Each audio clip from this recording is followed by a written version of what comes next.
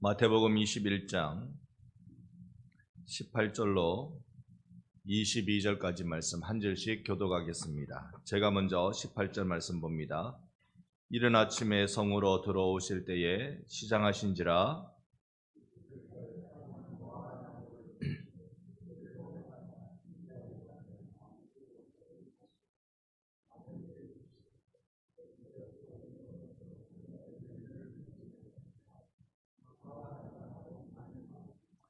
제자들이 보고 이상히 여겨 이르되 무화과 나무가 어찌하여 곧 말랐나이까.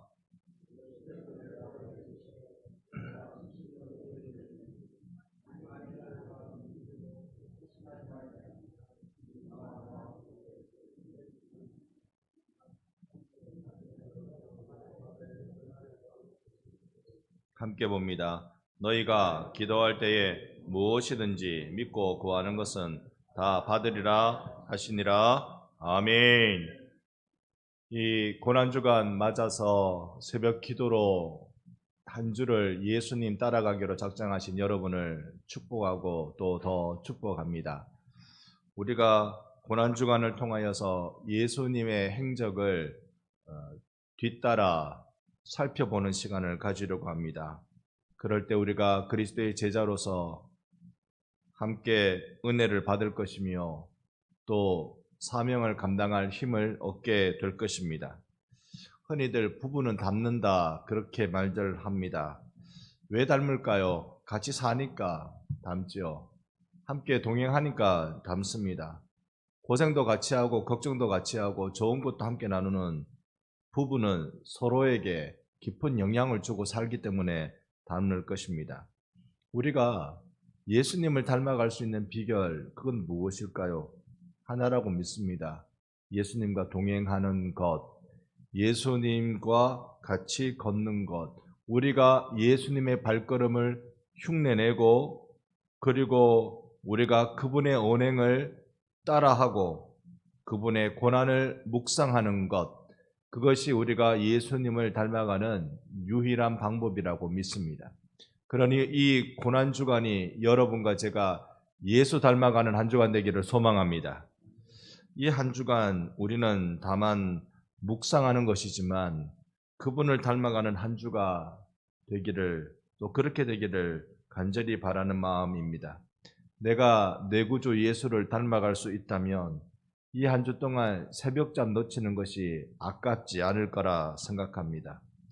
오늘부터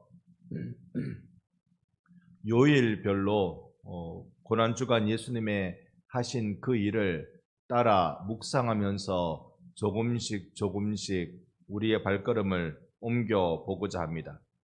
오늘은 종려주일을 지난 첫 월요일입니다. 이 월요일 예수님께서 하신 일들부터 시작해서 계속적으로 한 주 동안 살펴볼 것인데요.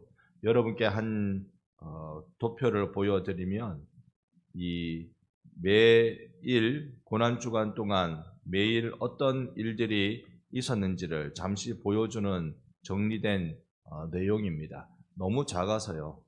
제가 읽어드릴게요. 첫째 날에는 월요일은 권위의 날이라고 말합니다. 성전 청결 사건이 있었던 날이고요. 그 밑에는 화요일은 변론의 날이라고 합니다. 그러니 예수님께서 바리새인들과 논쟁하는 날입니다. 그리고 수요일은 침묵의 날입니다. 즉 이날에는 예수님께서 어떤 일도 하지 않으시고 베다니에서 쉬셨던 날이고요. 그리고 목요일은 번민의 날입니다. 예수님께서 유월절 만찬을 통하여서 제자들을 먹이시고 그들의 발을 씻기신 날이기도 합니다. 금요일은 순환의 날이라고 부르지요. 예수께서 십자가에서 못 박히시던 날입니다. 토요일은 안식의 날이라고 부르면서요, 예수님께서 무덤에 계시던 그 날을 말합니다. 예수님께서 이 다음에 보여드리는 이 지도 같은 내용을 잠깐 보면 항상 고난주간 때는요, 이 행적을 그대로 보여주고 계십니다. 대부분 고난주간은 이 행적을 따라 이루어지는데요. 여러분 작은 글씨입니다만 오른쪽 하단에 보면 베다니라는 글이 있습니다.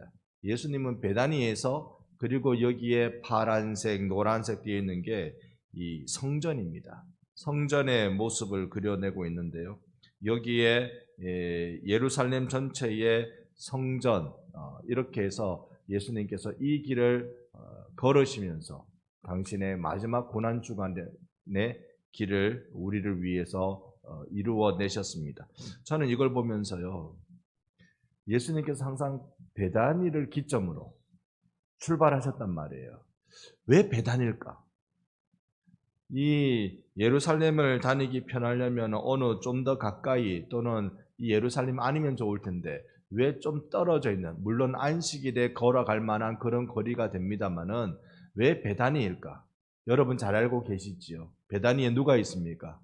죽었다가 살아난 나사로가 거기에 있습니다. 그리고 나사로의 두 여동생인 마르다와 마리아가 거기 있습니다. 예수님도 마음 쉴 곳이 그런 곳 아니었을까? 당신이 베푸신 생명의 기적을 통해서 마음에 늘 감사한 마음을 가득 가지고 있던 그 가정, 거기가 예수님이 마음 둘 곳이고 또 쉴만한 곳 아니었을까? 혹 하나님이시기에 그런 곳이 전혀 필요 없었을까? 저는 되려 예수님께서 나사로가 죽었다는 소식을 듣고 많이 우셨던 생각을 해보면 얼마나 깊은 정으로 이 가정을 사랑하셨을까 생각이 든단 말이죠. 오늘 우리는 이 마지막 때에 예수님께서 마음 두실 자리가 저는 우리 반성교회 여러분의 마음이기를 소망합니다. 늘 예수님께서 내가 내 마음을 어디에 둘까? 그럴 때 하나님의 은혜를 무한히 받은 여러분의 심령이 내 주 예수께서 거하실 좋은 장소, 쉼의 장소 되기를 간절히 소망합니다. 어쩌면 이렇게 표현하는 게 틀린 것일 수도 있어요. 하나님이신 그분이 왜 쉼이 필요할까? 왜 그런 것이 필요할까?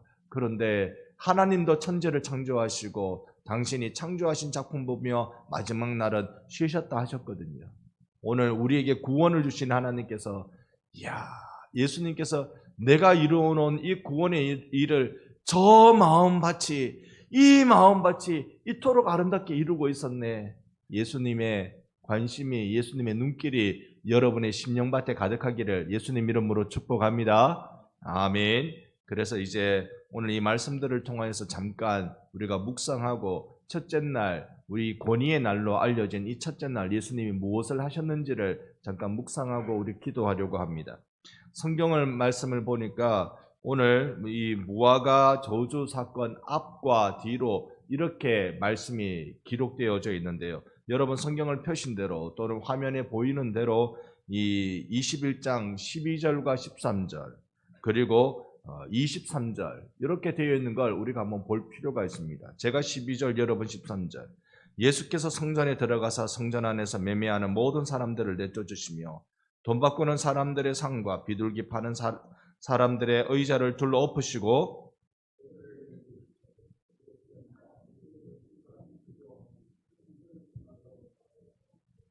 너희는 강도의 소굴을 만드는도다 하시니라. 또 23절도 보겠습니다.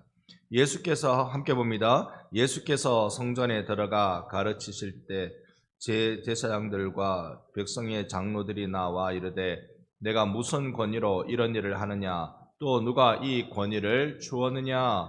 자, 한번 보셔요. 가운데 무화과 나무를 저주한 사건, 우리가 오늘 읽은 본문입니다. 그 사건 바로 앞에는 예수님께서 성전 청결 사건이라고 알려준, 성전에서 돈 바꾸는 사람, 비둘기 파는 사람, 이런 사람들의 상을 다 뒤집어 엎고 성전에서 내쫓았습니다.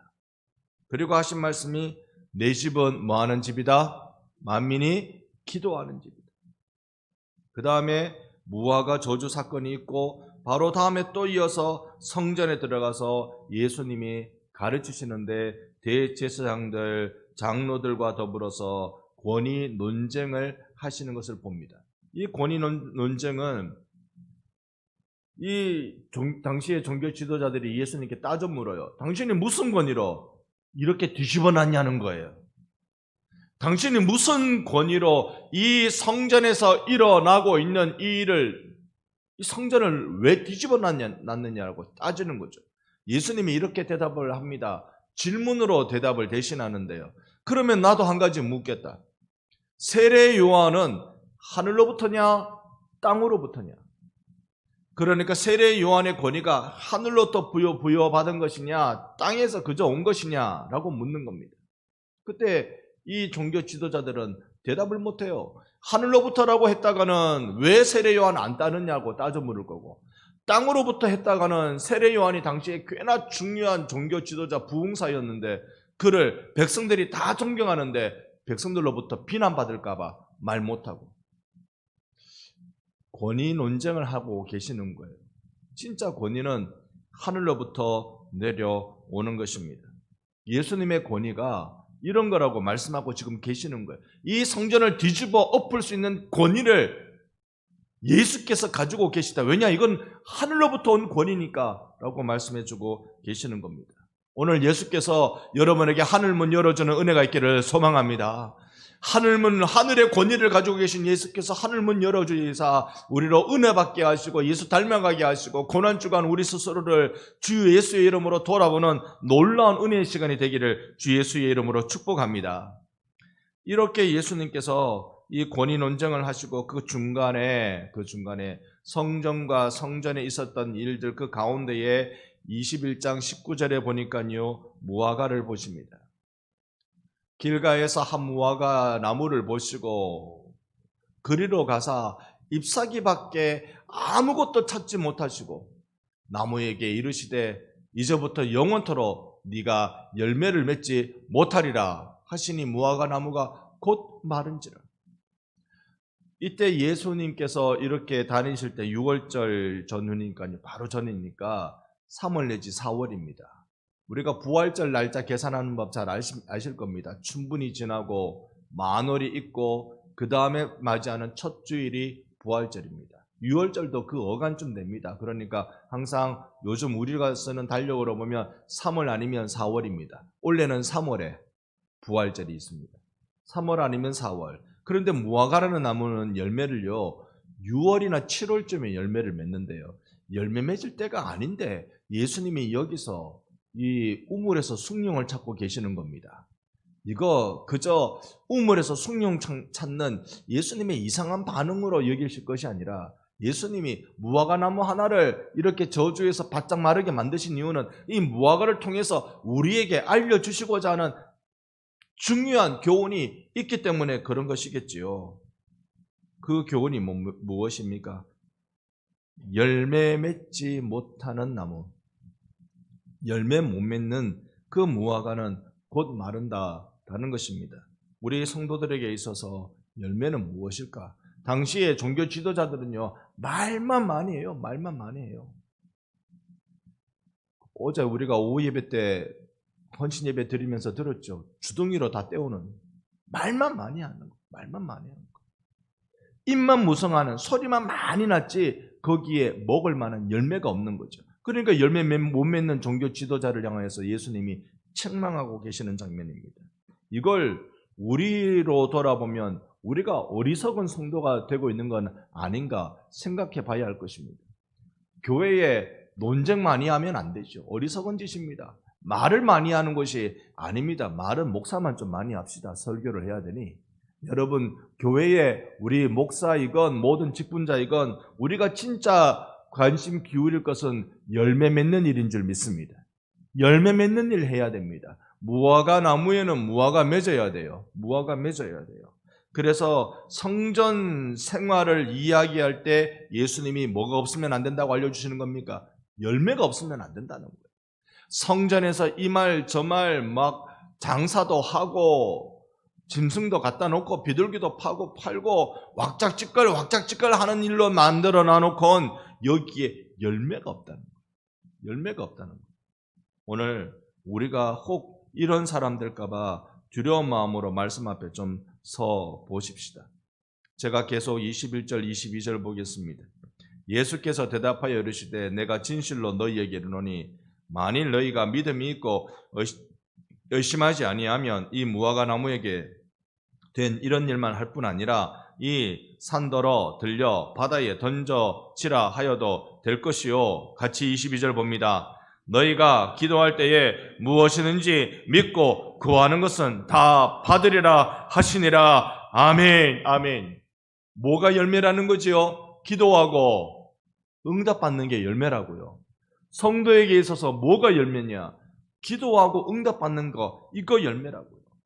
그러니까 내가 무화과나무 저주하니까 곧 마른 것 보고 너희들이 놀랬냐?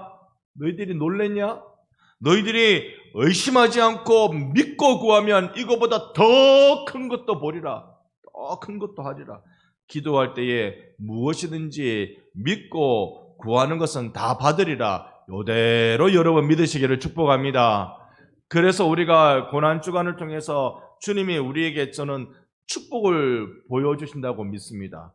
놀라운 복의 세계를 열어주신다고 믿습니다. 그 방법이 뭐냐면 믿고 기도하고 응답받고, 이 거룩한 순환이 우리의 심령의 신앙생활에 일어나기를 원합니다.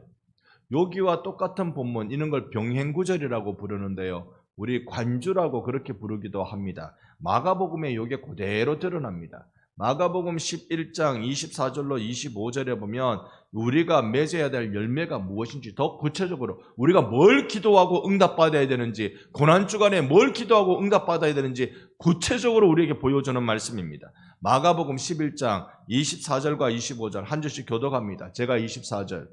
그러므로 내가 너희에게 말하노니 무엇이든지 기도하고 구하는 것은 받은 줄로 믿으라. 그리하면 너희에게 그대로 되리라.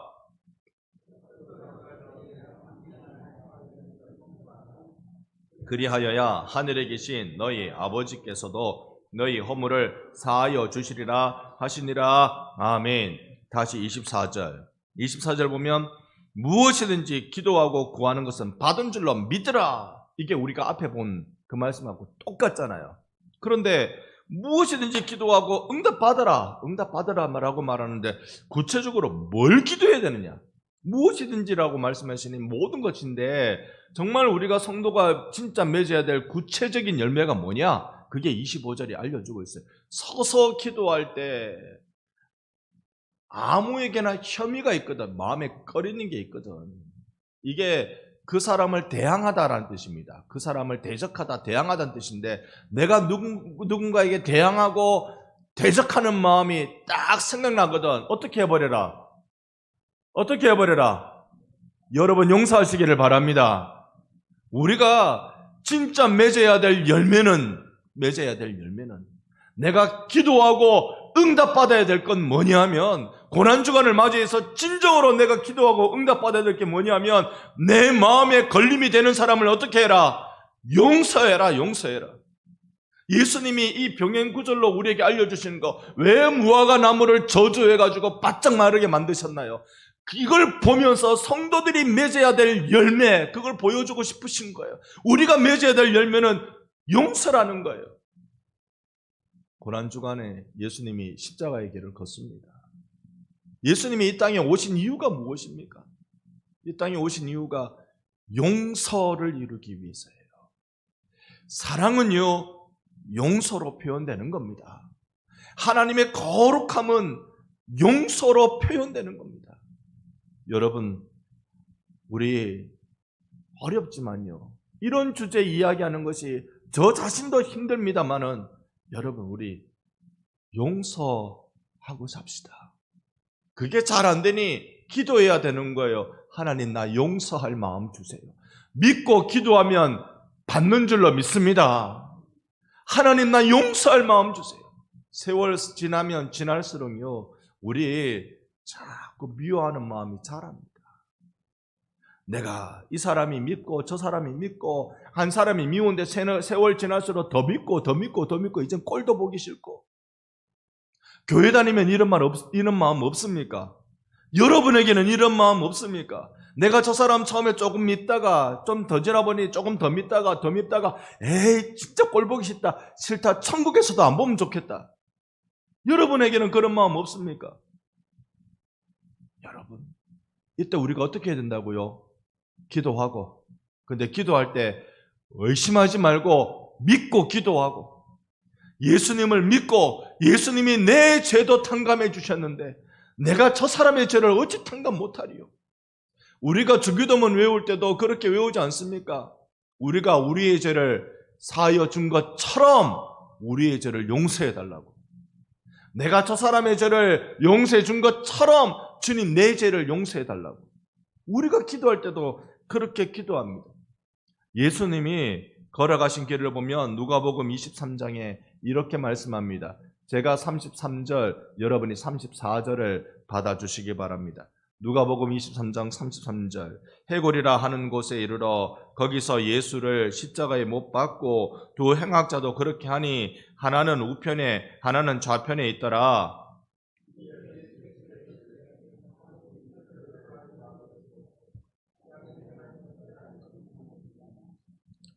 그들이 그의 옷을 나눠 제비 뽑을세. 사람들은 예수를 십자가에 못 박아놓고 조롱하기 바쁘고 죽을 놈이 죽는다 그러고 하나님의 아들이거든 한번 내려와봐라고 조롱하고 예수님을 빨가벗기는데 옷을 다 뺏겨가지고 이거 누가 가져갈까? 이거 이 통으로 짠 이 옷을 누가 가져갈까? 이거 다 찢어버리지 말고 제비 뽑아가지고 그 당첨되는 놈이 들고 가자라고 얘기하고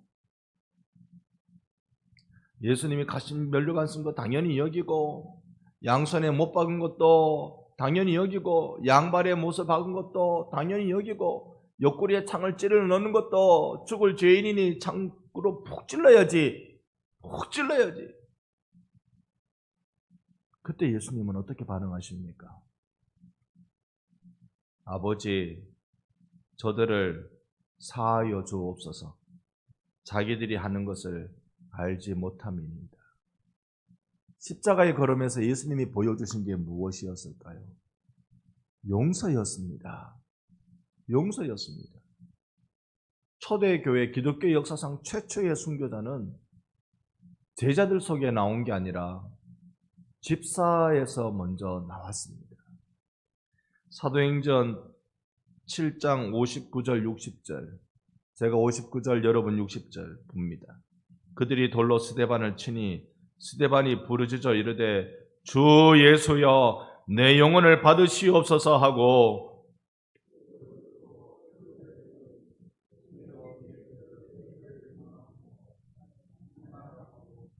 아멘. 최초의 순교자가 죽기 직전에 한 말이 뭡니까? 이 죄를 저들에게 돌리지 마옵소서. 지금 나 죽으라고 돌 던지고 있는 저들에게 이 죄를 돌리지 마옵소서.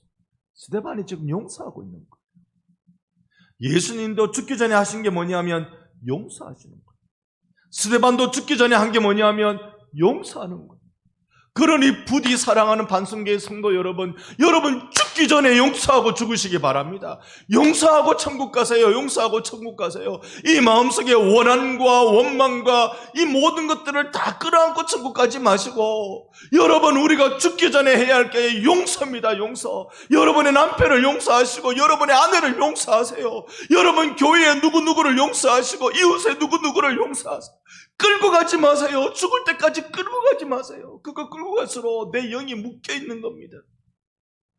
고난주간에 주님이 우리에게 보여주신 것, 무화과나무를 저주하면서 나에게 보여주신 것, 그게 바로 용서라는 것입니다. 그래서 여러분 우리 기도 한번 합시다. 뒤에 한번 부를